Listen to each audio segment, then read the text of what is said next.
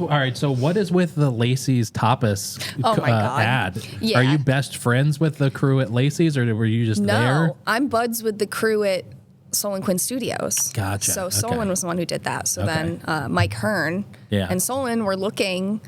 They had to shoot this commercial, and they were looking for a couple.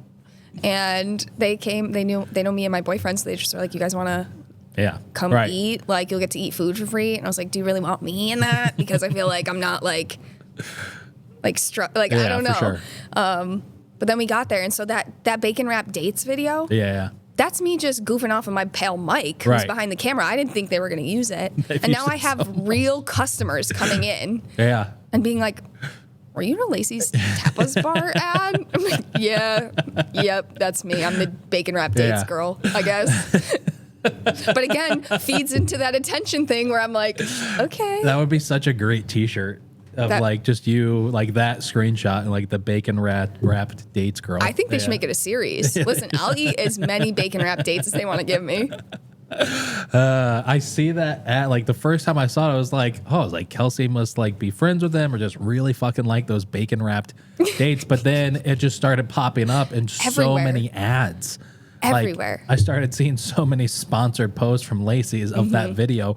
So much so where I'm like, do they not have any better content? Is there not anything different to cycle in? Or Because for the last year, it's been that one clip. Yeah. It's pretty great. Yeah. So your social media. Yeah. That's it. Yeah.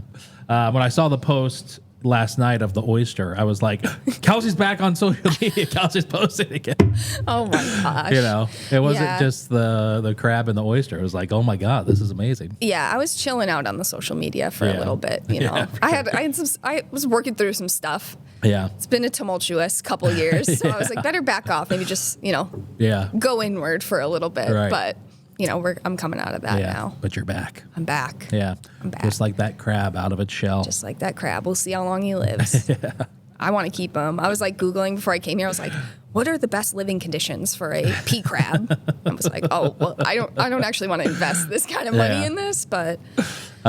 So for those of you who don't religiously follow Kelsey's social media like I do, you had an oyster. Mm-hmm. And there was a crab inside of it. There sure was. Yeah. Yeah. Just a little tiny crab. It was shocking, and it was the last oyster we were shucking open. And my boyfriend was like, get the camera. He didn't say anything. He goes, go get your camera and come over here. He goes, there's a crab in here. Oh, my God. I didn't even know that was a thing. Yeah. Yeah. I had no idea. I didn't either. And like 6 or 7 years ago on my birthday, we were on vacation, and my dad, who's like a chef was a chef and really great cook, he was like, I'm going to make actually it was maybe 10 years ago. He's like, I'm going to make cioppino for Anthony's birthday out here at the lake house. It's his favorite dish. It's not, I actually don't fucking like it at all. And so I was already just kind of like pissed off, you know? Yeah. And so we're sitting there having dinner, and I go to grab a mussel, and I look at it, and there's a little tiny crab inside of the mussel, and I was like, done. I'm done with that. Yeah, I was absolutely done. Mm-hmm. Yeah. Do you follow Keith Lee on social media? I think I do. You know who that is? But yeah, I think I do. He does he's on TikTok, right? Yeah. He does like eating videos. Yeah. Oh, wait.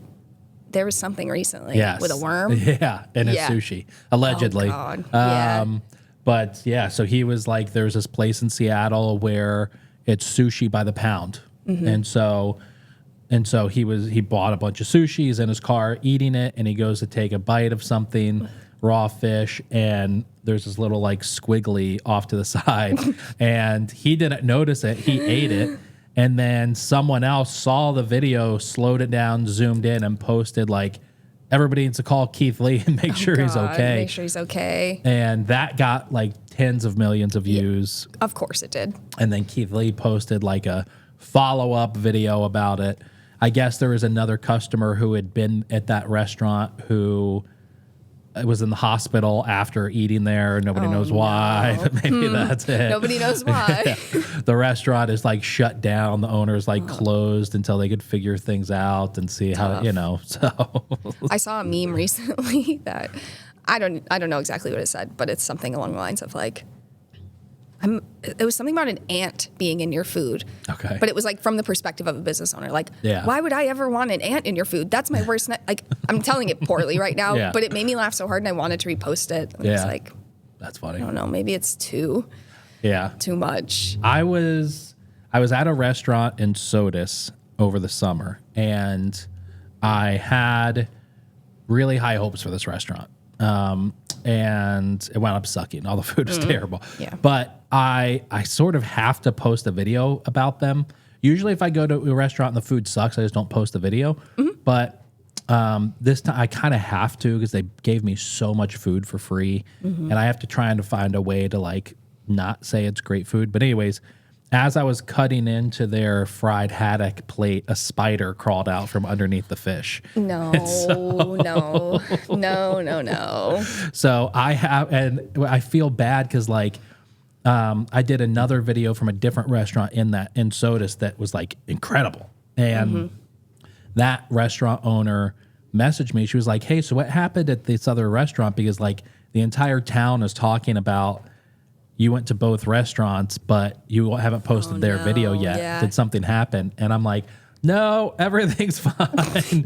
I even messaged the owner. I was like, hey, everything was great. I'm just taking my time to edit it. But it's been 3 months and I have to put something out now. Did you tell him about the spider? No. You're not gonna? No, it's hard to like walk. It's hard to find that line doing this because, you know, in some cases, like in those cases, like people, if they know I'm coming, like they did, and it's like, hey, I've got a cameraman with me on those, like, because that was like a big sponsored thing from AAA. So I had like hired a cameraman, and he was with me, and it was kind of like a big deal. And like I told him, like AAA is posting this, you know, like they hired me to come make a video about it. So they're super excited, and so for me to take them from like a 9 down to a 2 and be like, hey, just so you know, there's a spider, and then the rest of the food also really sucks here. I don't know how to do that. Yeah. I don't know how to like properly do that. And I don't know how many restaurant owners really, listen, I'm sure they want to know if there's like bugs in their food, but I don't know how many of them know enough to be like, you know, or even care enough to like get my opinion on their food. Sure. So yeah, it's been tough. I'm also learning a lesson to keep cash on me, because I went to a lot of the restaurants I go to now. Like I spent $35,000 on food last year. Okay. And I don't ever want to have to fucking do that again. And so this year the plan was like, if I'm going to go out and make a video and I already know the food's good, I'm going to message the restaurant ahead of time and I'll be like, hey, I'm going to come out. I want to make a video. If you guys can supply the food for free, I'll make a video if the food's good and I'll post it. And so, and you know, most of them are cool. And there's like some restaurants where like I just randomly show up and buy the food and make a video still. Anyways, so I'm like, all right, I'm going out there to make a video for them. It's going to help them. They're giving me the food for free. I'm not like sitting down and ordering. I'm like at the bar. I'm talking to the owners. I'm in the kitchen. I'm bringing the food out. Whatever the case is. So I've never left a tip in those situations. And I got a comment like a month ago from somebody that was like, hey, you came to my restaurant, sat at the bar, got free food, and didn't leave a tip.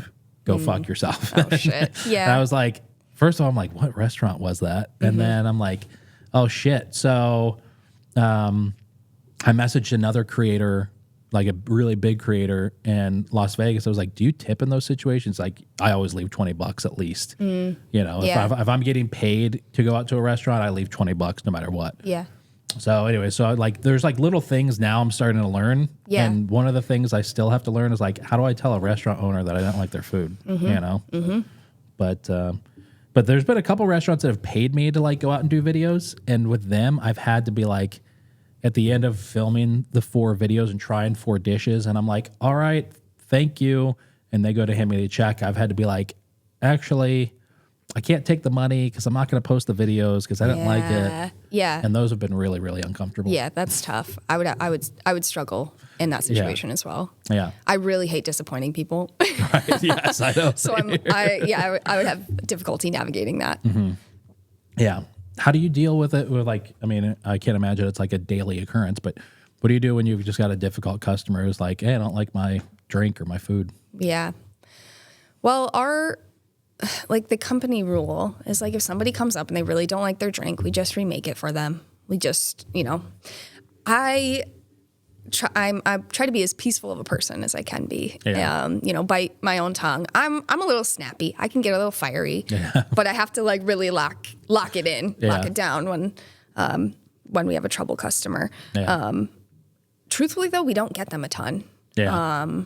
We have our breakfast burrito. Yeah. It's fairly simple. I came up with it before we opened. It's sriracha mayo, bacon, cheddar, spinach, egg. We make the scrambled eggs in-house. Yeah. There was this one woman who like came up, typically, I'm all over the place. Typically, we get rave reviews. People love the breakfast burrito. Yeah. We sell so many of them every year. Yeah. Like when I look at our top sales, it's like latte, then breakfast burrito. Wow. But this one woman, this was a couple years ago, like came back up to the bar after she'd eaten the whole burrito. And she was like, how do you guys like cook the eggs? And I was like, oh, we just like cook them. Like they're just scrambled. Like it's nothing crazy. Yeah. And she just goes, because I'm on this side expecting compliments. Yeah, right. Because my ego or whatever. But she just goes, it's really hard to mess up eggs. She said that? She said that to me. Damn. And I was like, holy fuck. Oh, okay, cool. I'm sorry. I guess it's not for you then. Yeah. Strange. But that's the one thing that goes, it's really tough to mess up eggs. That's so mean. But like we get so many other, like sure, I'm going to like redo the recipe and like, season the eggs and whatever, because it definitely could be taken up a notch. But it's also a simple breakfast burrito. Like for a coffee shop, the fact that we have a hot food item, I think is cool. Yeah. Somebody, I think it was you or the Peaks account, or somebody, maybe it was from Peaks, or somebody posted about that not too long ago about the breakfast burrito there, and I was like, oh shit, I always forgot that you had it because I remember getting it before and really liking it, and I was like, I need to go there and do a video on it.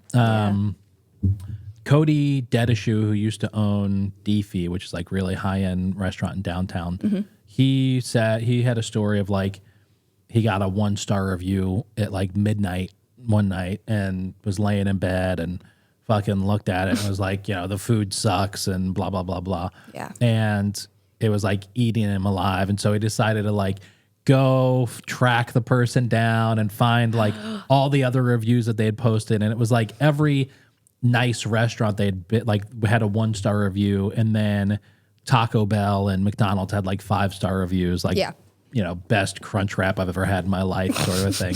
And it was like, oh, this guy doesn't know what the fuck he's talking about. Yeah. So yeah, reviews are tough. I don't check reviews really because I'm just too sensitive for them sometimes. We don't typically get a lot of bad reviews. On occasion we'll get like a 1-star, and it's typically like I don't know. A lot of people don't know that like our cappuccinos only come in one size, and they're the traditional Italian ones, so it's only 8 ounces. And so we had gotten a 1-star review from a guy, and it was basically like he was upset because his cappuccino was Boss Baby sized, is what he wrote in the review. I went in and I paid $4 and got a Boss Baby coffee. I'm like, first of all, $4, that's fine. Yeah. That's a fine price. Right. Boss Baby cracked me up though. So every now and then we'll get like a lower review, but then it's like something silly that I'm like, okay.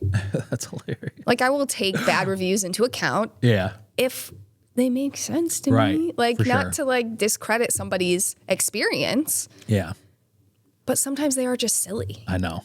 Yeah. We had a guy at 31 Fried once who I forget what his original complaint was, but I think it was just something with the food.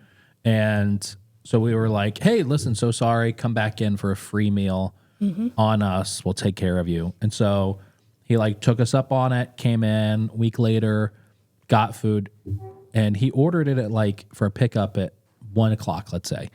Now it was just fried chicken sandwiches and French fries. So like the stuff doesn't sit well. Yeah.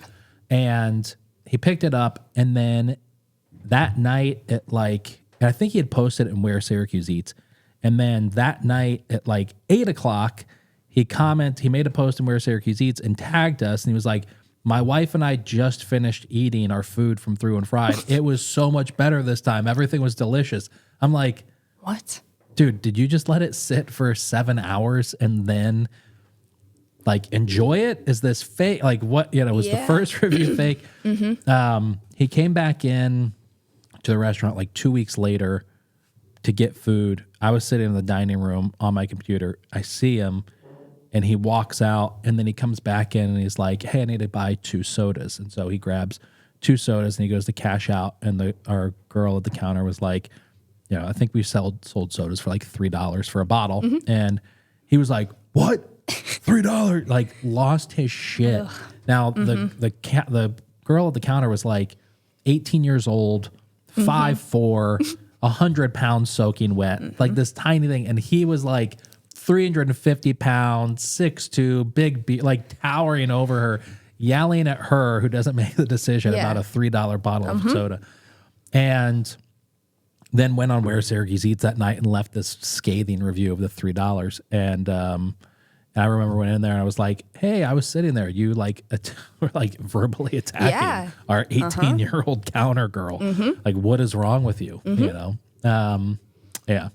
I think it's Seth Godin has, like, the big marketing brand guy, has a story of he was going to Momofuku when David Chang had first opened it. And Seth Godin's vegetarian, and so he was ordering the Brussels sprout dish, but the first few times he would go, he would say, can you leave the bacon, like leave the sauteed bacon out of it? The first 3 times they accommodated him, and then the 4th time he did it, and David Chang, he said, his story is David Chang came out of the kitchen and said, thank you for coming in, but there's a vegetarian restaurant 3 doors down, and I think that they would be a better fit for you. We make it with the bacon because that's how we think it tastes best. And if you don't like that, then just go to a different restaurant. And Seth Godin has like a positive, but he was like, that's when David Chang became David Chang, I think there is a certain level of food where you just have to, at one point, as the owner, the chef, whoever it is, like, you know what, go fuck yourself. This is how I fucking make it. I think it's good. You may not like it, but fuck off. Yeah, there's many options, believe it or not. A lot of different options. I think there's a lot to be said about somebody creating a dish the way that they think it tastes best. Like it's not like haphazardly thrown together. Like they've added that bacon component because they think it's important to that dish. But I hear, like, honestly, that sounds like a great experience to me. I'm like, okay, they accommodated it 3 times. They probably begrudgingly accommodated it, and then finally they just got to a point where it was like, actually, this is just like not how we want it to be. I don't like going to restaurants where, like, I've talked to a few of the owners where they like pride themselves on, we have gluten-free and vegan and vegetarian and pescatarian, we have all these different options, anybody come in here. I'm like, so that to me says maybe you're not great at all of those things, know. So maybe don't try to do those things. I don't know. It's it depend, not every restaurant, but I've had this conversation debate with so many fucking people on the podcast over the years. But there's certain people in food where I'm like, hey, you are an artist. Like, you have your one-of-one interpretation of what you can do with food or drinks, alcohol, coffee, whatever the fuck it is. No one else, or at least I can't do that. And so I'm going to come in and I'm going to enjoy whatever you make, and I'm like in awe of it, and somewhat worship it. And I don't want to know how it's made. Don't tell me the recipe. Don't tell me how you got to arrived at the process of doing it. I consider you to be an artist. And then there's a lot of people I've spoken with, like, that are chefs or people who are like, I haven't hold in that regard. They're like, no, we're not. We're craftsmen. Anyone could do this. You just have to like have the right tool and follow the right steps, and then anybody can do it. So, but I don't know. There's some people where I'm just like, it's not up for interpretation. This is how they made it. Yeah, I used to love St. Urban before they left. I didn't go a ton, but I probably went 4 or 5 times in the course of them being here. And that was one of those places where it was like, I don't care what's in here. Just, I will eat it. I don't even need to know. I had beef tartare there, but it was like ground. But I had only had like sliced beef tartare. But I was like, I'm down. I'll try it. I trust the opinions here. I went to Eden and they sent us beef tartare, and I just had this like, and I wasn't high. I just had this like funny thought of someone could take their leftover home and make a hamburger with it. Oh yeah. I don't know why. I just thought that is the most hilarious thing I've ever thought of when it comes to food is someone could order just a raw hamburger, eat it there, but then take it home and cook it the next day. Yeah. Right? Yeah. That's funny. And I kept saying it. Like I said it to like Rich and Derek there. I was like, has anybody ever done that? That's pretty funny, right? That feels like something that like a restaurant would like rebrand it. You know what I mean? Like they'd like flip it. They'd be like, it's beef tartare, but we cooked it. Yeah. And then it's one of those things where it's like, but that's actually just a hamburger. Yeah. Cooked beef tartare. Cooked beef tartare. Put that on the menu. I think it's like the same level as like somebody could take my coffee home and just make a cup of coffee with it. Yeah. Yeah.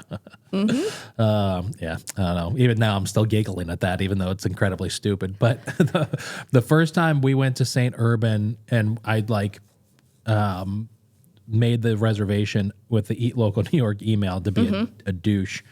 And it worked because they sent out like 5 or 6 other items. Yeah. And we were leaving. My wife went to the restroom. I went and waited for her at the host station. And Jared, like perfectly as in sync, as I was like walking to the host station from the kitchen, met me at the same step. It's like, how is everything? And I apologized to him. I was like, it was incredible. I've never had a dinner like that before. I'm so sorry you had to waste that talent on me because I have no idea what the fuck you just did. You know? But it was awesome. That's how I felt every time I went in there. Yeah. I was like, I don't know what's happening, but I'm happy and I'm here. Yeah. Yeah, it was great. I was thinking, I mean, I've talked about this a lot before, but at one point before COVID, we had Deefy, which was incredible, St. Urban, which was incredible, Amano, which was incredible, Eden, which is incredible. And, you know, those 4 awesome restaurants. And we do have, like, have you been to Touche or Noble Cellar yet? I haven't been to either yet. Okay. No, I really want to. I don't know why it's taken me so long, but they seem really incredible. One of my employees recently left because she's the head pastry chef at Touche. Oh, really? Yeah. Okay. So she, comes in to get her coffee in the morning. That's cool. And I'm like, I'm going to come in soon, I swear. Because she's telling me these delicious desserts she's making. That's cool. Oh, it sounds so cool. Yeah.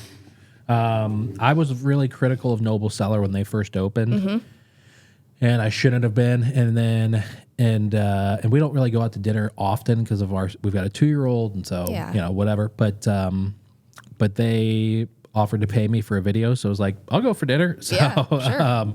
And Noble Cellar was incredible. I loved it. It was so good. Good. We went to Touche like the week that they opened, and it was good. I would need to go back. I had their $40 caviar martini. I had 2 of them. And Really? Oh, man. Yeah, it was my first time ever having caviar. Yeah, I've never had caviar. Yeah. And I've had it like cheap caviar and like sushi before, but never like a bump of caviar. And I loved it. A bump of caviar? Is that what they call it? I think that's what they call it. Okay. There's a thing in like bars and restaurants in New York City. It was definitely a big trend a couple of years ago where like that was the thing. Like you would go in and get like a little bump of caviar and then Just leave. Like, I've seen videos. I'm chronically online, so I've seen the videos. Yeah, I haven't gotten to Noble Cellar. I know Rob. Oh, okay. Cool. One of the owners. So I wanted to go, but then when they first opened, I was hearing like I knew a handful of people who went, and it was kind of like mixed things. But honestly, it just sounded like they were working it out. You know, first time the place is opening, it takes a bit to find your stride. So I was just kind of like, I'll just wait until, give it a few months. And once they're like, get it settled, they're in the groove. Right. So I've been thinking about that more and more, like wanting to go over there this winter. I think this is their third second or third chef who's there right now. I think his name's Patty. Really, the food was awesome. I mean, really, they did this house-made sausage, but it had like warming spices, and so it's almost like a chai. Yeah, it was really fucking good. Yeah. Honestly, everything we had there that night was awesome. And I went and hung out in the kitchen a few days later to get like the kitchen footage for the video that I didn't get that night, and it was just really cool to hang out with them. It was just a lot of fun. So, yeah, Eden is still my favorite just because they're like so unique. And I love Abioko. To a certain I've never extent. been to Eden. Really? I don't know why. You got to go to Eden. I know I got to go there. I'm going to get there. Yeah. Do you like steak? I love steak. So that's the place That's to like, go. I'm a meat and potatoes girl. Yeah. So that's the place to go. Okay. Because they'll like buy everything local, but then they have different cuts of steak that are available. And then you just tell them how many ounces you want. Wow. So it's not just like, this cut and this size. But it's like all wood fired in there, So like you walk in, it smells like a campfire, and you leave smelling like you've been at a campfire. And that sounds like a dream. yeah, it's really, really good. Okay, that's at the top of my list now. Yeah. That's the first place I'm going. Yes. If I would suggest of all those, like those 4 that are really great right now, I would say go to Eden for sure. First. And then I would go to Noble Cellar, and then Abbiocco, and then Touche. Where's Abbiocco? Abbiocco is the old Amano. Oh, okay. Yeah. So it's still the dad and the son who does the pizzas is still there. And they still have a good chef in the kitchen, but it's not like when Alex and Lauren, the son and daughter-in-law, were there, they were making every pasta shape by hand. They had a garden upstairs. Like, that's awesome. He made me a dish one night and brought it down and brought it out that we didn't order. And I was like, this is so good. And he was like, yeah, I ran upstairs to the garden on the 20th floor and picked the chilies 5 minutes ago to make this dish for you. That's so cool. So, yeah, it was very good. Outside of the shop, we have like a tiny, I don't know, there's just plants in it, but it's like a little dirt patch basically. And in my head, I've been like, oh man, if we could plant herbs and stuff in there, cool. I would love to do that. But then I just have like seen people let their dogs pee on it.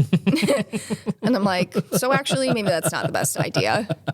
You want your dog pee latte? That's funny. I know I would love to grow stuff. Yeah. But it doesn't, Yeah. the space doesn't allow for it. But that's awesome. Yeah. Like a rooftop garden for your restaurant. That's amazing. Yeah. All right. So are you like really into coffee culture?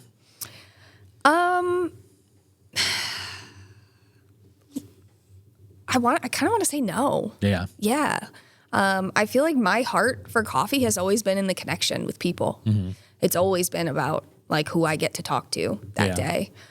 Do I love coffee culture? Yeah. I wouldn't like, I don't pay attention probably as much as I should. Mm-hmm.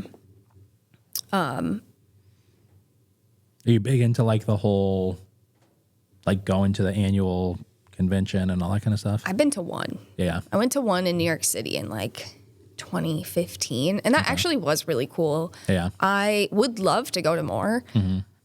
I'm just such an anxious traveler. So that's actually like my stop point is like, oh, I'm gonna have to get on a plane. I'm gonna have to like, and then it just gets to the point where I'm like, I don't know if it's worth it. Yeah. That's the thing I'm working on now is trying to like be able to get myself out there a little bit more because I would like to feel a little bit more involved, but at the end of the day, I like just having my one little shop where like you can come and your coffee will be good and you will get to talk to people who care to talk to you, Yeah. So that's been my whole That's cool. reasoning for the coffee shop. I've worked in coffee for a long time now. Mm-hmm. I started at a Starbucks. Okay, that's right. So initially, growing up, it was my like dream as a little girl and all through high school to have my own bakery. Okay. So I baked up a Storm my whole life when I was little, and then I grew up in East Syracuse. So like this is my stomping grounds around here. Okay. I worked at the school ball above us. And, oh, really? Yeah, but. So I went to ESM, and ESM, East Syracuse Manoa has some, I don't know, like I would call them similar to like BOCES classes you can take. So there's like an automotive class, there's a cosmetology class, and there's a culinary one, and it's a 2-year program. And so I did that in high school. That's cool. So, like my junior and senior year, half my days were spent in the kitchen there. And so I learned a lot. That's awesome. A lot there. And my plan was I got into Johnson & Wales. I got into their baking and pastry arts program. Wow. That was the plan. And then anxiety entered the room and it became like super debilitating for me. Like my senior year of high school, I ended up not even attending school in person anymore because I couldn't physically walk into school anymore. I was agoraphobic. I was in my parents' house. I would have a tutor come twice a week, but other than that, it was like, here's your textbooks, figure it out.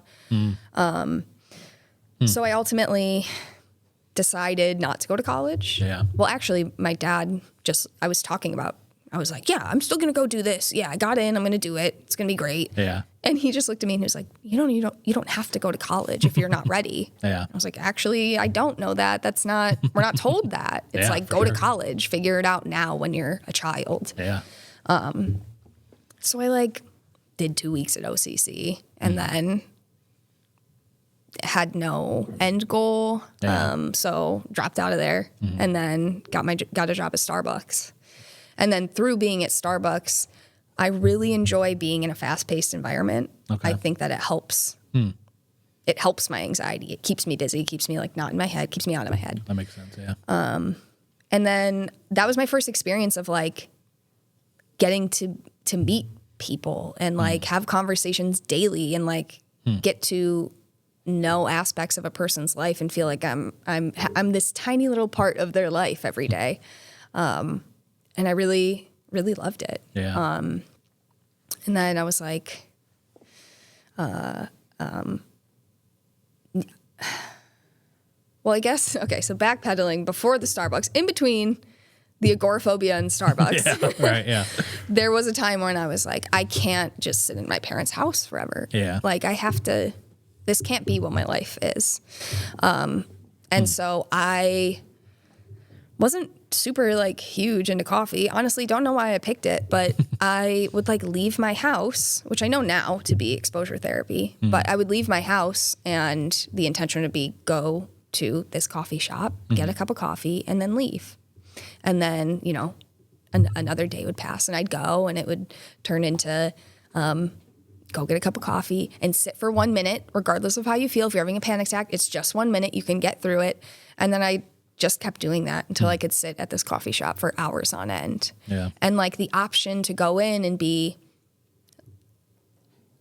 totally antisocial. If I'm caught up in my own world, I can do that in that space. Yeah. Or I can engage with the barista behind the bar and have conversation.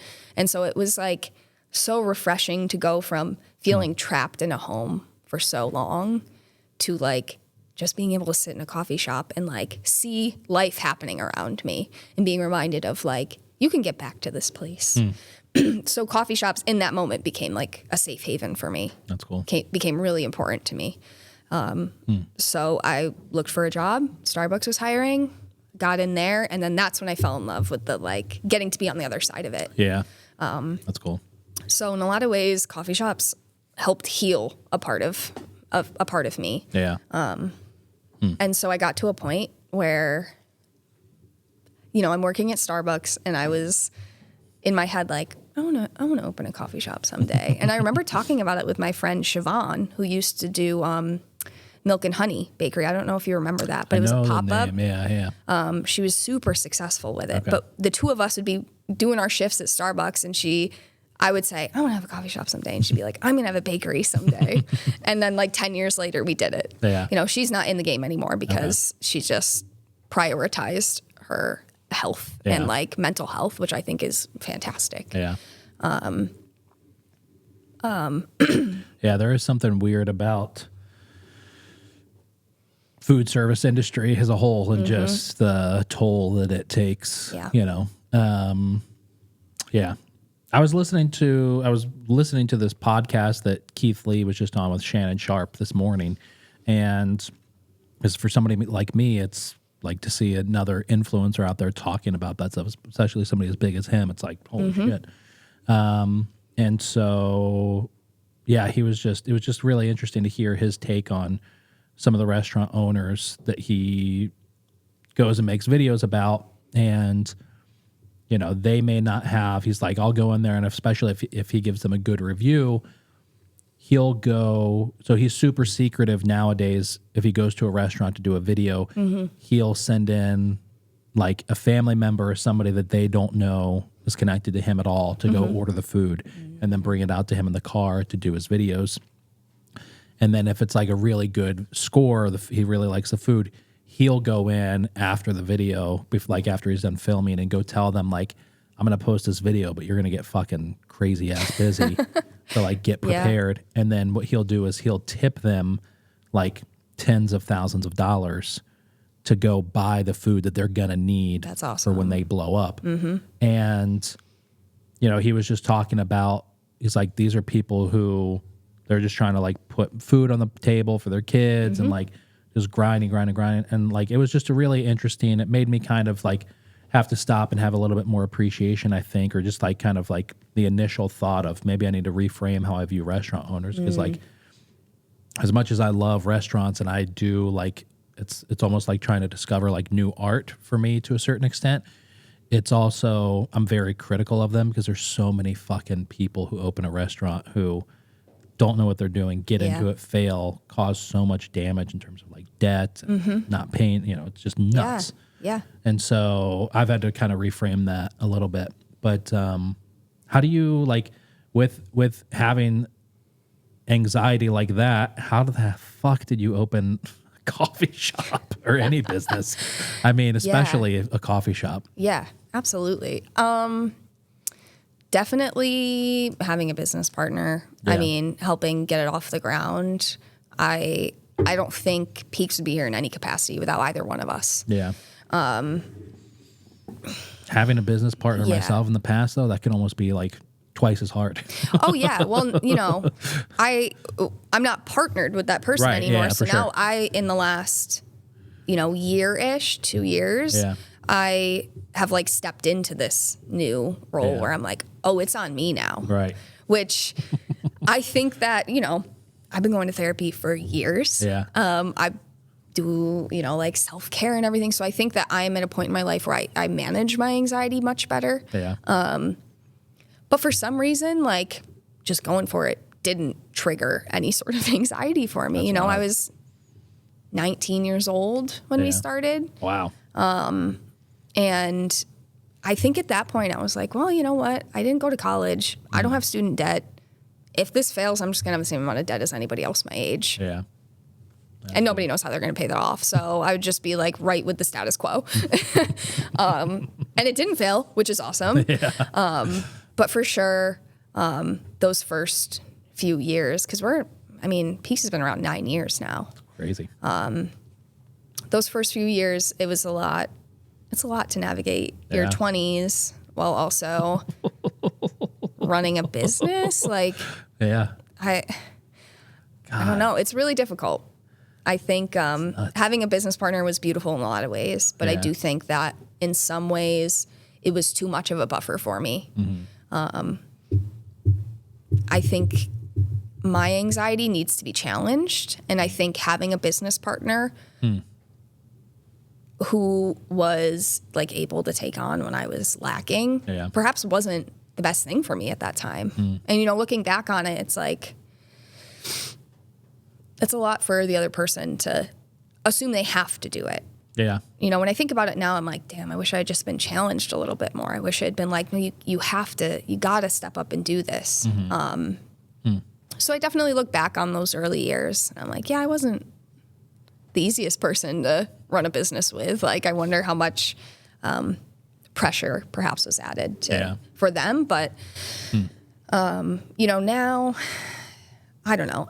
Self-care is important, but self-care is not like taking bubble baths. It's challenging the things that are upsetting to you. It's doing things that make you uncomfortable, because through being uncomfortable, you're realizing that you're just actually challenging the things you think are holding you back.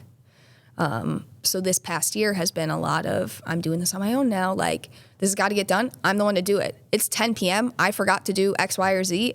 I got to do it. Yeah. And I found myself really enjoying it, actually. I get anxious. I have panic attacks. It happens. Yeah. But I also, in the space of the shop, have built it to be like a kind and empathetic space. That's like one of the things that I talk to my employees about is like, we got to be here for each other. Mm-hmm. This is not like every man against or for themselves. Yeah. And I feel my staff has been massively important. Like the people you hire, is incredibly important. Yeah, for sure. Hiring's a nightmare. Yeah. Because you don't know what you're going to get sometimes. And there's been people that haven't worked out, but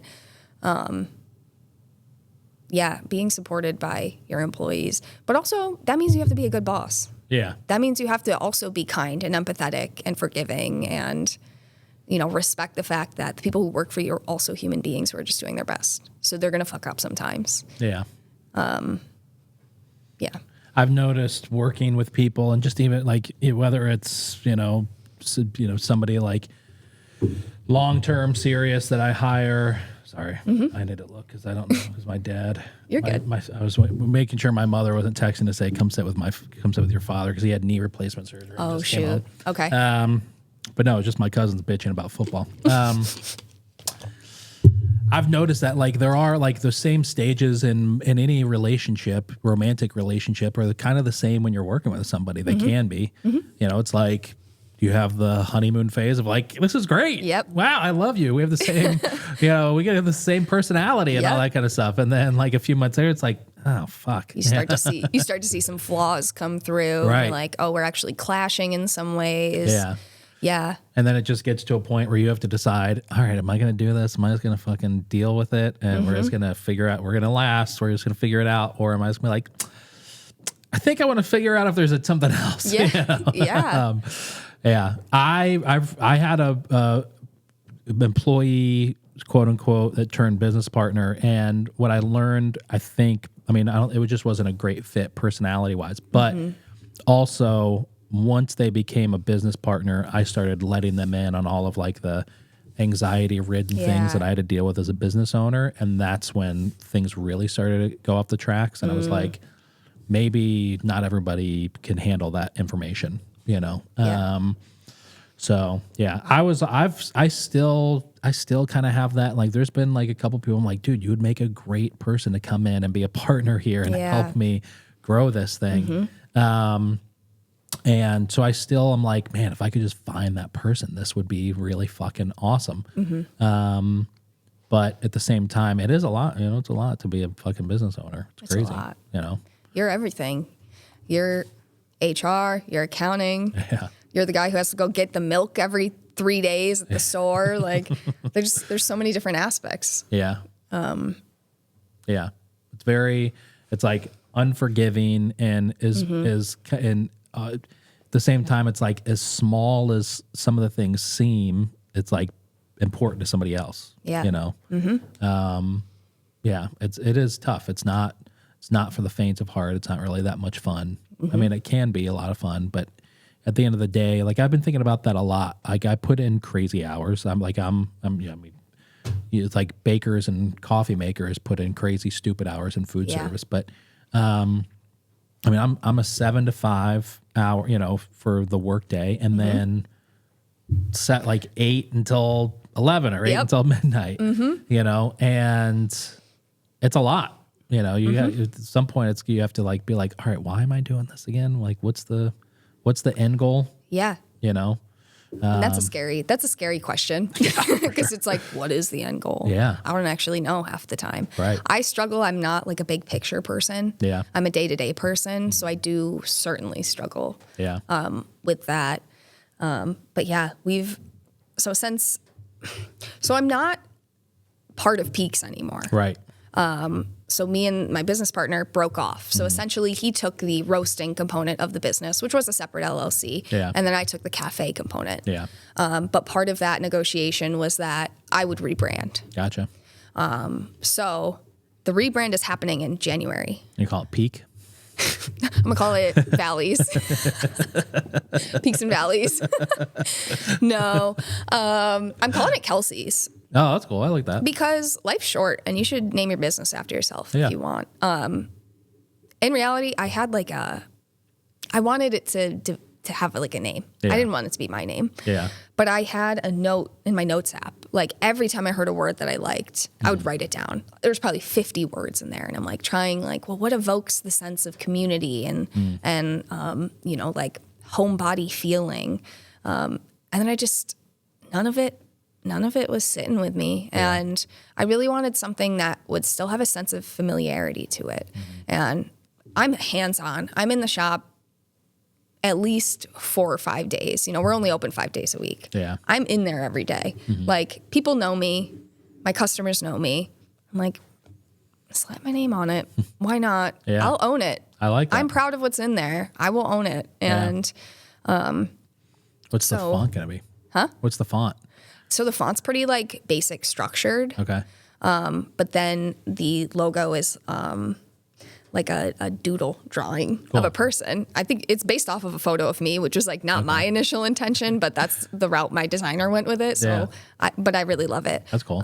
But so it's like a combination of like structured and kind of simple, and then illustrative as well, which I think I just really love. It gives it like a home feeling. Yeah. You know, like I think that's great.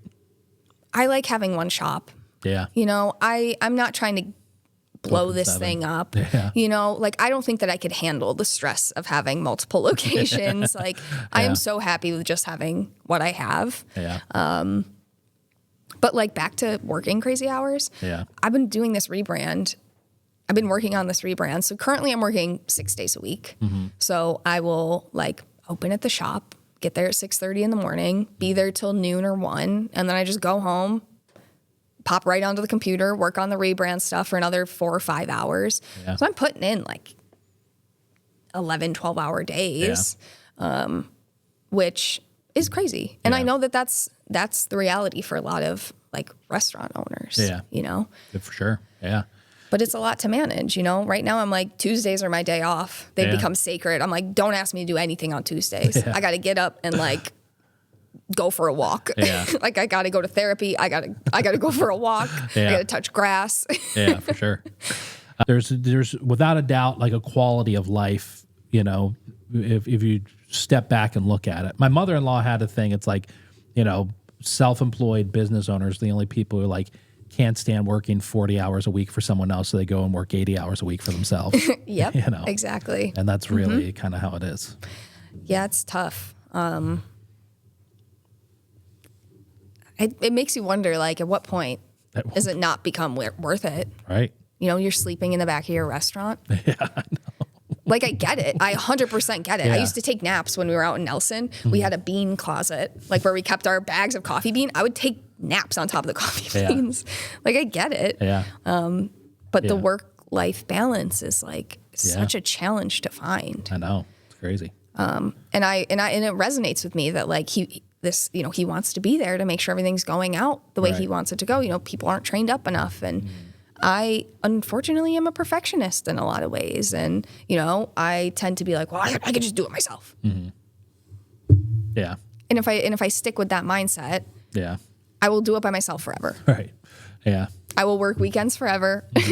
I will just work 12-hour days forever. You know. Yeah. And so that's the side of it that I struggle with. I'm interested to see how that continues to develop, because I'm, like I said, 9 years in. Yeah, it's a long time. It's a long time. Yeah, that's when I started, was 9 years ago. Yeah? Yeah. Okay. Yeah, I moved back from Austin and started the social media management side, and then like a year or two after that of just that as like a strictly like one client side hustle, then started Eat Local CNY, and then now all this. So, but I've been full time with Eat Local for 3 years.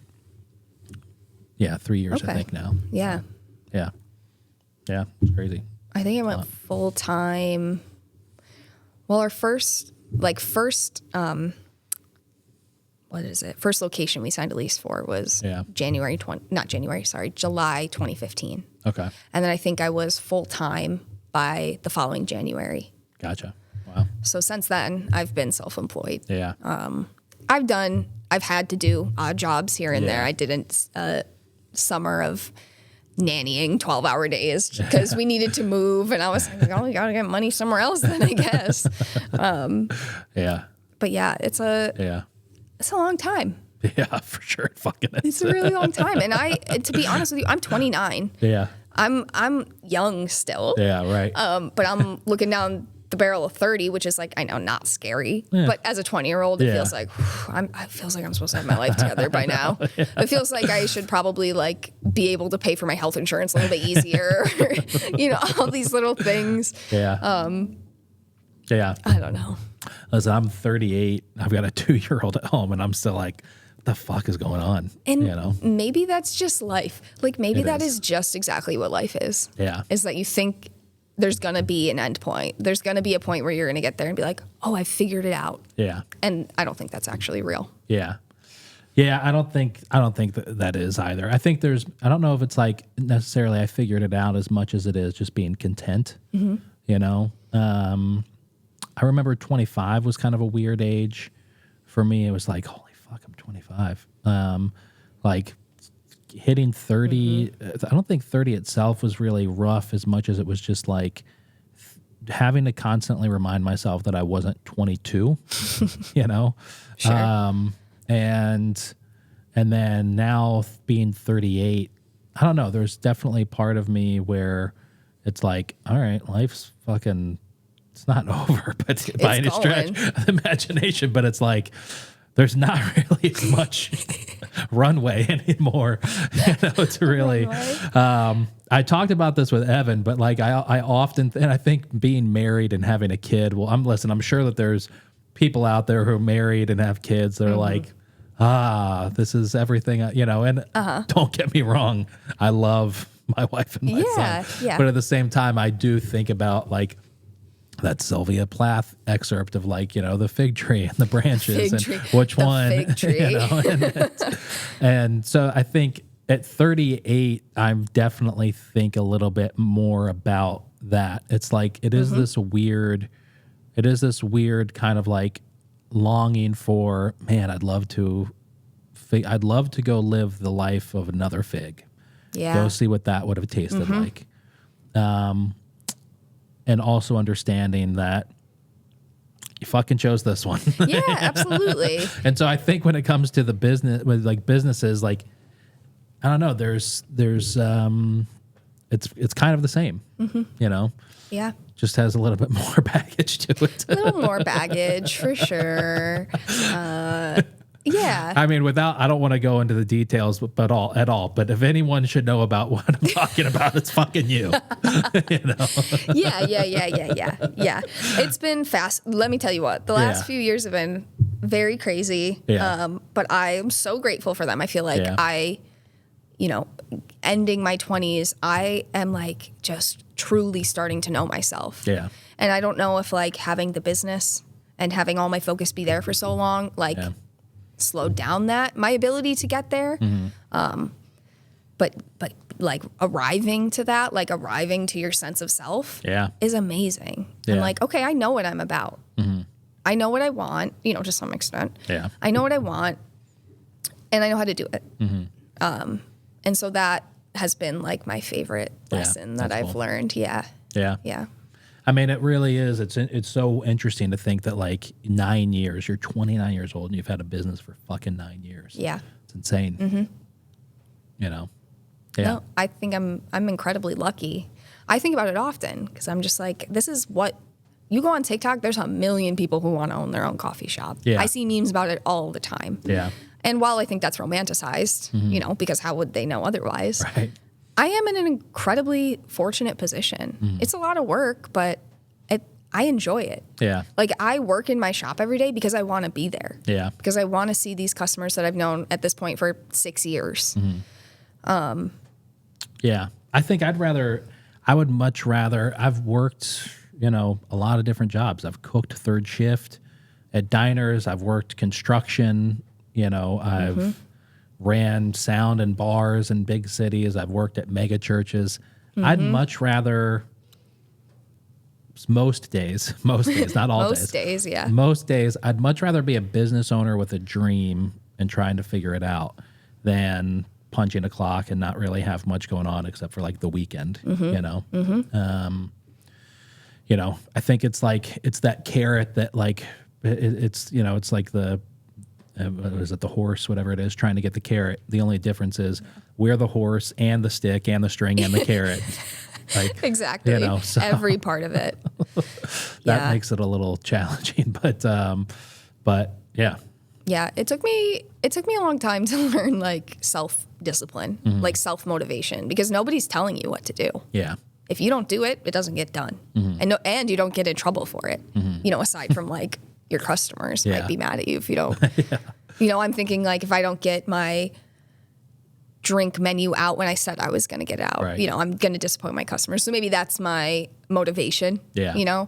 But other than that, like, not having somebody yelling at you is great, but not great if you are not good at self-discipline. And so that's another thing that I feel like I've really come into is like, no, I'm going to get this done because I want to get it done. Yeah. Have you found yourself like over these 9 years being less likely to act or more likely to act? I think in the beginning, less likely. Yeah. Yeah. I think there was a lot. Also, being so young, it's really tough. I cared so much about what other people thought.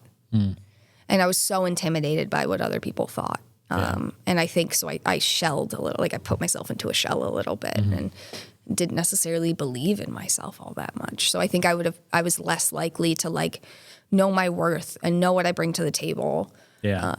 Whereas now, maybe it's the experience that I have in my back pocket, but I feel confident in what I have. And I don't think I'm like the best coffee person out there, but I'm good. Yeah. And I don't know. Like going back to the like being involved in coffee culture question. Yeah. I would love to be a little bit more involved in coffee culture, but I don't know. Yeah. I care. I care, but I don't care that much. Yeah, I know. I just want to be the neighborhood coffee shop. I want people to walk to come see me in the morning and get their coffee, and it's going to be good. I've always felt that people like our coffee, but they love us. Yeah. Like when I am thinking about my business on the whole, the importance is in the people that I put behind the counter. And are they going to take care of the customers that I deeply care about? Yeah. And of course, like we do a good job with the coffee. Like we're not messing around. We've got good equipment. We know how to use it. And we're keeping our espressos dialed in. Like we're keeping it consistent. You're getting the same drink that you want every day. Yeah. But ultimately, if you don't like the people at the coffee shop, you're not going to go back to it. Right. Coffee shops are third spaces. They're meant to be a spot for communities to meet and to be able to like walk in and know that you're going to bump into somebody even if it's just the barista. Yeah. You're going to be able to have a quick conversation. Yeah. And I feel like that's incredibly important. I wish that it could exist in more. I was reading a really good book. It's called The Great Good Place by Ray Oldenburg, and it's about third spaces. Okay. So coffee shops, bars, salons, and it was talking a lot about, like where coffee shops originated back in, I don't know, England. That's not the right word. That's not the right place, but back in the day. And it would be a place, they called it a penny university. You'd like go in and everybody was equal. You walk in, every single person was equal. If you're a professor or if you're like the guy who has no shoes on, you're on the same playing field. Yeah. Like that was the rule for these coffee shops. And there would always be, in like neighborhood settings where you can walk. And I wish that could exist a little bit more now. Yeah. But that's just not the reality of the world that we live in. Yeah. But I feel fortunate that my shop is located in a place where I do have people who are able to walk. Like I have neighbors who walk and we get, community members who will drive in, which is really nice. But I think being able to be in our spot, especially with so many college students around, like they're in such a transient part of their life where I feel like, not that I know, I didn't go to college, but like I would assume it kind of feels like home baseless. For sure. And if I can if they can come in and know that like I'm happy to see them and I want to know how classes are going and I want to know what they're studying and I want to know like what their dreams are. Yeah. I feel super fortunate to be able to be in that position. Yeah. So it's always It's always about the people for me. Yeah. Cool. Yeah. I always struggle with kind of like the third space and just like even just trying to figure out, like when I worked for Kubal, just trying to figure out like who gives a shit, you know, like Yeah. really, at the end of the day, it's coffee, you Yeah. know, it's like convenient Yep. and you know, and so, yeah. And then talking to like working with a few other coffee shop owners over the years with like marketing. And some of them are like, well, we're not making enough. It's like, well, no fucking shit. You're a Yeah. a craft coffee shop in a Yep. small neighborhood. You're not going to make $1 million. Yep. And so I've always kind of struggled with like sort of that idea of it. But then I feel like you're on TikTok. So have you followed, have you heard of like the Nitro coffee bar? Yeah. Right. Have you become obsessed with it? Like Oh yeah, have? I love her. I like feel like sisterhood for her, and I don't know her. I've reached out to them like a dozen times to try and Really? get them to do a podcast. They just haven't seen the message, Damn. which I don't blame. You know, they're She's doing blowing up. incredible. Nuts. And it's like another scenario where it's a young woman and Yeah. she's just doing it. And like, Yeah. they have like 2 or 3 locations now, I think. Yeah. I'm waiting for, you know, Syracuse is always behind the times with food trends by like a decade. Yeah. But I'm waiting for that to hit here. Maybe Kelsey's going to do it. Hey, I'll try my best. Where I don't really know what trend it is necessarily. Like I do really like their content because it's like it is selling. It's like it's selling but not selling. You know, there's a restaurant. There's actually an ad social media management agency somewhere in like New Jersey, Long Island area. But they run social for a few restaurants where I love their content because like the social media manager just on their phone is like, will follow the staff around when they're busy. They won't show the customers, but they'll do videos, anything from the owner is like, all right, I'm leaving, but I got to go do my last check because they're going to fucking slack off the second I turn the corner.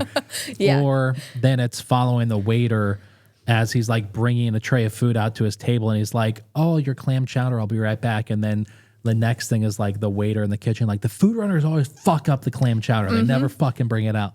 So it's like, it's real. interesting. Yes, it's real. And it's not selling and it's not like, come and try my thing. You know, there is some weird world of social like that. And I feel like where that works, where they're not really ever talking about food or selling it. And then there's this other world of like social media for restaurants that works really well, where it's just bright, real. It's like food porn in 5 seconds on a video. And I feel like Nitro Bar has found a way to like marry those two together. Yeah. You know, but they're getting people traveling from all over the fucking place. Oh yeah, I've considered it. Yeah. Oh, for sure. It's in Providence, right? Yeah. Yeah, that's not even that far. It's 8 hours, I think. Maybe It's less. like 6. Is it? It's Yeah. fucking 6 hours. Yeah. Yeah. Yeah. Yeah, that rocks. I do really love their social media presence. Yeah. I would love to be able to emulate a version of that. Yeah. My issue is like, you've seen it on my own personal Instagram. Like I do it when I want to. Yeah, for You know, sure. which is like not good for business. Yeah, right, yeah. But I do have an employee right now, and she was like TikTok famous at one point. Oh, that's cool. And I'm like, so we were talking about it literally yesterday. Yeah. And I was like, girl, I don't know why I just don't have you do it. Like, Yeah. you want the password? Yeah. Go for it. I'm like, here's my keywords of what I want it to feel like. Yeah. So we're going to talk a little bit more about having her do that, you Yeah, know, for in sure. the new year when it switches over to Kelsey's. Yeah. Because I think that, I don't know, our crew, like the people who work for me, we do get on. Like Yeah. we goof off. We are a goofy bunch of people, but we work hard. Right. So like shit gets done Yeah. and we're goofing off with one another while Yeah. we do it. And I feel like being able to show that to the customers Right. could be really... The challenge is there's some restaurants and businesses out there who just like, there's like, oh, let's do something funny. It's like, well, nobody's going to ever fucking come in because you're funny. Yes. Like, you know, they're not looking for you to be Jerry Seinfeld. And Yeah. even though it's a terrible example of like, you know, the comedic powerhouse that your restaurant should be. But like, you know, they want to be sold without being sold. And that's where I think Nitro Book is like, some of her stuff is just funny. Like her dad, like I've got my Dunkin' Donuts dad and he's Yeah. going to try this, you know? Yeah. Or even though I don't find poop humor that funny, but she's like, I haven't crapped in 3 days. Like, what should I drink? What should I drink? Yeah. Like just those things where it really does marry the two well. Yeah. I see so many restaurants out there on social. It's just like, we're just going to do something funny. And it gets a ton of views, but no one's showing up to your restaurant from that. Mm-hmm. But yeah, there's just like, of all the coffee shops in town, nobody really has really crushed it with the social media presence. Yeah. Oh yeah. I feel like Olivia does a better job, better than most with her stuff. But even there, it's just like, I don't know. I'm just waiting for somebody to be like, we're here. Okay. Kelsey's. I'm going to try to do that for you. I'm going to try to make that happen. Every day. We got to, Anthony's looking for a post. Add that to the list. Yeah. I know Anthony's tuning in. We got to show up. That's awesome. All right. So in the new year, you'll be switching over to Kelsey's. I know. Yeah. It's wild. I'm very excited about it. Yeah. Yeah. It feels like a really awesome opportunity to start over without having to start over. Yeah. Because the reality of it is the name and the logo is going to change. Yeah. I'm going to update the interior a little bit, but the people who are there are staying. That's cool. The coffee is staying. Yeah. The only thing that I think will be different is I'm going to keep Peaks Coffee because people love Peaks Coffee. Yeah. It would be a crazy move for me to get rid of it. Yeah. I would love to do like a multi-roaster thing. Yeah. I really want to bring in... Ugly Duck does that. Yeah, exactly. Like Ugly Duck. There's not a place in Syracuse that does it right now. And there are so many good coffees in the country, outside of the country. For sure. I would love to even just feature them. Yeah. We're talking now, we're kind of formulating that plan now. Yeah. About what that coffee program's going to look like. But I don't know, have you had Touchy Coffee out in Troy, New York? I know, but I haven't had it now. I haven't been there, no. It's stellar. Yeah. If I look up to any business, it's that business. Yeah. I would love to have their coffee at some point. Yeah. Their coffee is priced a little bit higher. So I have to consider that I'm in Syracuse and there are certain things people like and certain things people don't like. Yeah. But I could see them coming in the capacity of a really nice single origin coffee that we could offer. Yeah. So I don't know exactly what that will look like, but I like seeing coffee shops. I like seeing coffee from reputable coffee brands outside of Syracuse. Yes. Like when Oh My Darling first opened and they had their little coffee counter and they were doing Brooklyn. I was like, that's awesome. We don't need to see, I love Recess, but we don't need to see Recess at another everywhere spot. I can just go to Recess. And so I like that. I remember one of my first trips to New York for this, and there was a coffee shop that they were like, we only do Stumptown. And I was like, I'm never going to fucking get to Stumptown, so this is great. Yeah. So I liked seeing that. So I think doing a rotation is cool because it gives you something else to market. It's not really going to change that incredibly terribly your product, No, yeah. The way that our espresso setup is right now is we have a blend, which is our go-to, Mountain Climber from Peaks. And then we have another single origin option. So right now it's the Honduran coffee from Peaks. I would love to continue on with Mountain Climber as the base espresso and then sprinkle in a different coffee shop. Let them be our single origin and that, because I have such a wide range of clientele. My customers are college students, they're young families, they're professors, I truly have a wide range that I need to appeal to. So there's college girls who come in and they're like, I want my iced vanilla latte. I don't care what's in it. Yeah. They don't care what espresso goes into it. But then I have these customers, Jonas and Zach. We'll use Jonas and Zach as an example. They used to drive out to Cazenovia every weekend to come to Peaks. Wow. So they have been probably my longest standing customers. I see Jonas every day. He comes in every day at it's funny, on the dot, 1:50 p.m., sometimes 1:47, and he gets his coffee and he goes. But they appreciate single origin coffees. That's what they want. They want to see they want to see something fun and interesting, and I want to be able to provide for both of those sets of customers. That's cool. So I'm excited about, I've been kind of picking their brains. I haven't really told them about the rebrand and everything yet, but I've been so what coffees do you guys like? What's your, not here, but what's your favorite roast? Or who's your favorite roaster? Yeah. And then he like brought me in a bag of coffee from a spot down in Philly, which I already knew, but it was delicious. I was thankful. Yeah. But yeah, I have like 2 very different sets of customers to kind of appeal to. Yeah.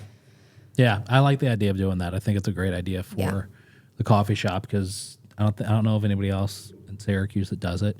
Like the coffee shops who don't roast, they'll just switch after like a year or whatever the hell it is. So I think it'd be cool. Yeah. I feel like most places have, Recess or Salt City. Yeah, for sure. Not too many carry Kubal anymore. Yeah. Simple roasts, here and there. Yeah, Simple Roast, they got it going on though out there in Auburn. They're killing it. I know. I really like Matt. Yeah, I do too. I was a little bummed to see that Kubal opened up a cafe in Auburn. Did they? Yeah. They're all over. So fucking stupid. That's the only thing I don't mind bashing on here. Yeah. Not that I'm bashing them. It's fucking annoying. Yeah. Yeah, it's everywhere. It's like, just go to find a different city. Why don't you leave that other coffee shop alone who already has the market cornered? Exactly. Like, the local guy out there who's making a living doesn't need another local guy coming in to make his life. To compete with him. Right. Yeah. And in an area that doesn't need it. And Matt and his wife, like, live in Auburn. That's their home. Right. That's where they live with their 2 children. And, like, they care about that community. And so, like, it feels a little bit like just stepping on the toes to go out there. And it's like, well, what do you got out there? Right. Nothing. Yeah, it's crazy. I feel like they're always popping up everywhere. I don't know. I can't keep track at this point. Popping up, closing. I don't know. We'll talk about that as soon as we wrap up. Well, Kelsey, thanks for coming on. Yeah, thank you for having me. You said it all. I think so. I think I did. So in January, everybody can go check out Kelsey's. Yes. And what's the address? It's 1200 East Genesee Street. So on the corner of Genesee and Walnut by the SU campus. Cool. Mm-hmm. Yeah. Awesome. Thank you so much. Yeah, thank you.